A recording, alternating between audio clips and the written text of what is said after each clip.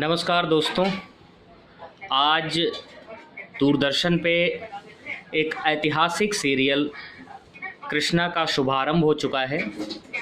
बहुत ही पुराना 1993 में रामानंद सागर ने इसको बनाया था और एक तरीके से एक युग, एक कालजयी ये वीडियो, ये एपिसोड रामानंद सागर का रहा है। और उन्होंने बड़ी खूबसूरती से आज 3 तारीख को रात 9 बजे से, मुझे लग रहा है ये तीसरी बार टेलीकास्ट शुरू किया है लॉकडाउन के दौरान। और इन्होंने बहुत ही रोचक तरीके से कुछ चीज़ों को उठाया है। शुरुआत में सबसे पहले कृष्णा का वो छवि सबके दिलों में बसा होगा जिसमें प्रभु भगवान विष्णु के अवतार में लेटे हुए हैं। हरे कृष्ण गोविंद हरे मुरारी करके शुरू होता है। और बहुत ही जब ये शुरू हुआ टेलीविज़न पे तो ऐसा लग रहा था कि जैसे अपना बचपन, वो बचपन जिसको हमने एंटीना घुमाते हुए एक मतलब colourless black and white TV पे, जहाँ बिजली थी वहाँ तो ठीक था, जहाँ बैटरी थी वहाँ बैटरी लगाना 4-4, 5-5, 6-6 लोग लगते थे, तब जाके कृष्णा के लिए हमारा दूरदर्शन ट्यून हो पाता था। ये पहले ही शॉट में वो पूरा समय आंखों के सामने से कौंध गया, गुजर गया और ऐसा लगा कि हम सभी एक बार फिर से बचपन में चले गए हैं। ये बड़ा अद्भुत समय था बहुत ही। जब 9 बजा तो हालांकि दिन में आता था, रविवार को जब हमने देखा था कृष्णा पहली बार।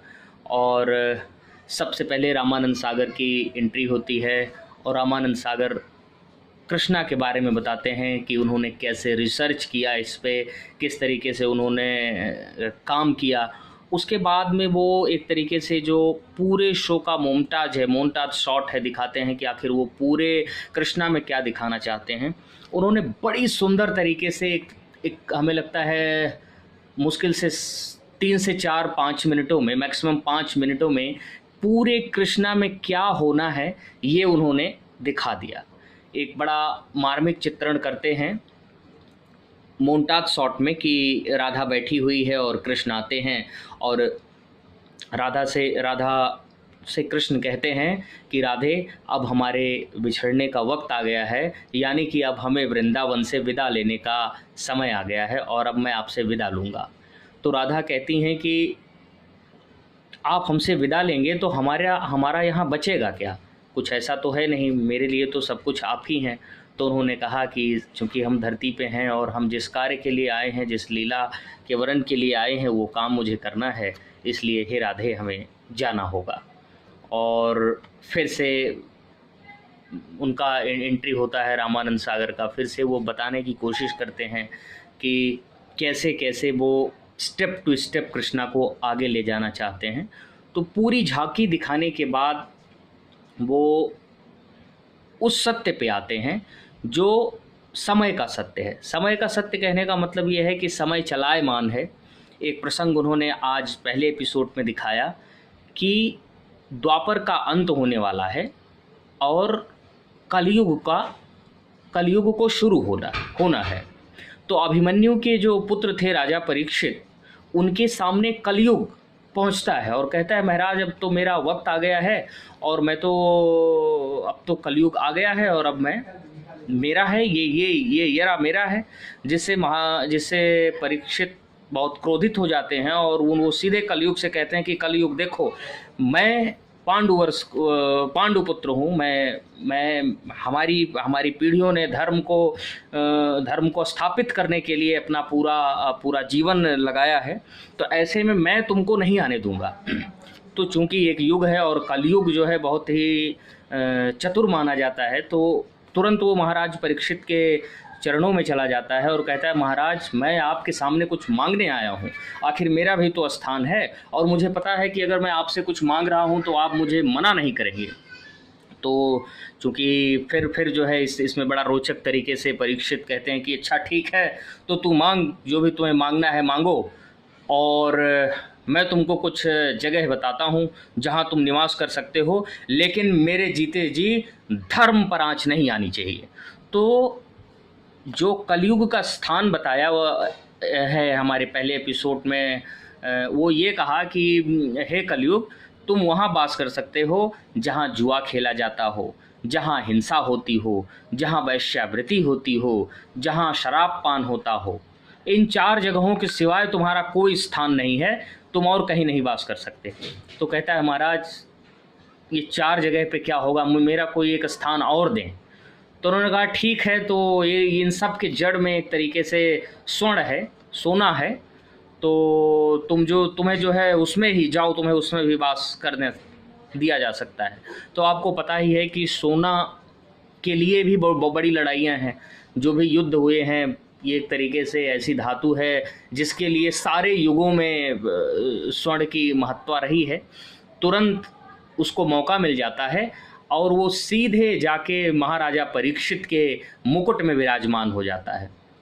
तो इस तरीके से कलयुग की शुरुआत हो जाती है और कलयुग परीक्षित के ऊपर ही पहला प्रयोग करता है।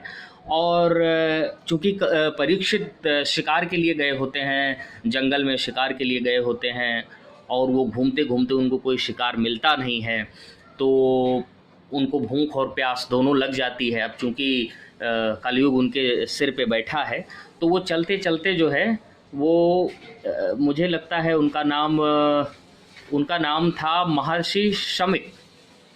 शमिक के आश्रम पहुंचते हैं और महर्षि शमिक जो है अपने ध्यान मुद्रा में विलीन होते हैं। तो चूँकि अब वो बैठा हुआ है, सर पे उनके सोने के मुकुट में बैठा हुआ है, तो 3-4 बार परीक्षित उनको जगाते हैं कि प्रभु हमको जल की ज़रूरत है, आप हमें पानी पिलाएं। फिर उनकी बुद्धि बदलने की कोशिश करता है, परीक्षित की बुद्धि बदलने की कोशिश करता है कलयुग, और कहता है कि अरे ये बाबा तो सुन ही नहीं रहा है, इसकी क्यों ना हत्या कर दें। फ़ौरन जो है परीक्षित उन पे बाण तान लेते हैं, लेकिन फिर उनके पूर्व जन्म के जो पुण्य होते हैं उसके कारण वो इस हत्या से तो बच जाते हैं, लेकिन उनकी बुद्धि तो फेर ही देता है कलयुग, और वो वहीं बगल में एक सर्प मरा पड़ा होता है, उसको लाके उनके गले में टांग देते हैं। इस बात की सूचना जब ऋषिपुत्र जाके उनके पुत्रों, मतलब उनके जो ऋषिपुत्र हैं, मतलब ऋषिपुत्र को देते हैं, जिनका नाम है महर्षि श्रृंगी, ये हैं शमिक के पुत्र।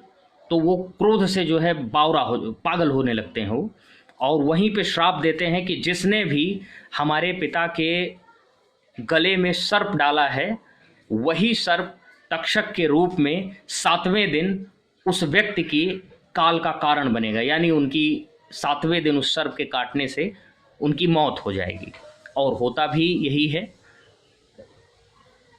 जब ऋषिपुत्र पहुंचते हैं और अपने पिता को अपनी व्यथा सुनाते हैं कि हमने उनको श्रापित कर दिया है, और उनके पिता अपने दिव्य दृष्टि से ये देखते हैं कि किस तरीके से मेरे बेटे ने एक बहुत बड़े व्यक्तित्व को, एक बहुत बड़े सम्राट को, एक बहुत बड़े धर्म रक्षक को अपने श्राप से संकट में डाल दिया है। तो उनको बहुत डांटते हैं और समझाते हैं कि तुमको इस तरीके से नहीं करना चाहिए था, और उनको ये भी कहते हैं कि हमेशा उस व्यक्ति को शक्ति नहीं दी जानी चाहिए जो व्यक्ति उस शक्ति को धारण करने में सफल ना हो, यानी उसका जो धीरज है, जो उसका जो लेवल है, उसके हिसाब से ही उसको धारण करने की योग्य शक्ति प्राप्त करने का हकदार है। उनको बहुत सुनाते हैं। तो कुल मिला के बहुत ही सुंदर तरीके से रामानंद सागर ने आज पहली एपिसोड में एक भूमिका बनाई है। मुझे लगता है कि ये भारत सहित दुनिया भर में रह रहे लोगों के लिए ये सीरियल, खासकर जो एक आफ्टर गूगल जनरेशन है, उनके लिए इस एपिसोड को और इस कृष्णा को देखने का एक बहुत ही सुंदर मौका मिला है। और हम सब आगे जो भी देखेंगे वो चर्चा मैं कल आपसे करूँगा। अब ये रोज़ रात 9 बजे आया करेगा, तो मुझे लगता है कि बहुत ही सुंदर तरीके से पहला एपिसोड गया है। जो भी इस एपिसोड को नहीं देखे हों, मेरा अनुरोध है कि वो ज़रूर देखें और उनको बहुत कुछ सीखने को मिलेगा। और मेरा यकीन मानिए, आप इसमें खो जाएंगे। आप अपने बचपन को दो, जैसे हम लोग जो 19 मतलब 1922 या 90 में जो जन्मे हैं, उन्होंने रिपीट टेलीकास्ट इसका दूसरी बार में देखा ही है। तो उनके लिए उनका बचपन, मतलब वो टेलीविज़न का वो दौर उनको याद आएगा, जिस दौर में उन्होंने एंटीना हिलाने से लेकर, तार सही करने से लेकर, बैटरी सही करने से लेकर हजारों यादें उनकी हर एक एपिसोड में गुजरेंगी। और कृष्ण के माध्यम से अपने धर्म को समझने की, अपनी संस्कृति, कला, भारतीयता और अपने वेद पुराणों के महत्व को समझने का एक बहुत सुनहरा अवसर हम सभी युवा पीढ़ी के साथ है। और मैं उम्मीद करता हूं कि ये सबको बहुत पसंद आने वाला है। और मैं आपसे वादा करता हूं कि मैं हर एपिसोड के बाद अपनी बात आपके सामने साझा करूंगा और आपसे अनुरोध करूंगा कि चूंकि कलयुग को एक ऐसे युग के तौर पे देखा गया है कि इसमें नकारात्मक शक्तियां हावी होंगी, लेकिन ये भी सत्य है कि इसमें कहा गया है कि कलयुग में प्रभु भी, भगवान भी हर व्यक्ति के अंदर वास करेंगे और सभी युगों से ज़्यादा प्रभावी तरीके से वो पाप के निवारण में आगे आएंगे। और एक कल की अवतार का भी जिक्र है जो ऐसा होगा। लेकिन आप सभी से मैं ये अनुरोध करूंगा पहला एपिसोड देखने के बाद कि आप लोग जुआ, हिंसा, वेश्यावृत्ति, शराब सेवन और इन सब चीज़ों से परहेज करें, क्योंकि हमारा धर्म, हमारी संस्कृति, हमारे प्रभु, हमारे सनातन, सभी धर्म, लगभग कोई ऐसा धर्म नहीं है जो इन सब चीज़ों को बढ़ावा देने की बात करता है। तो हमारे युवा पीढ़ी के लिए ये एपिसोड, पहला एपिसोड, आज का ये रात लॉकडाउन में जो हम सब बिता रहे हैं, ये बहुत कुछ सोचने का, समझने का और आत्मसात करने का वक्त है। ये चिंतन का समय है, ये मंथन का समय है। अपने विचारों को अपने तरीके से समझ के, सही और गलत में फ़र्क करके उसको लागू करने का अपने जीवन में वक्त है। तो मैं आप लोगों से विदा लेता हूं। कल मैं दूसरा एपिसोड देख के आपको फिर बताने की कोशिश करूंगा कि दूसरे एपिसोड में रामानंद सागर ने क्या कुछ हमें सिखाया है।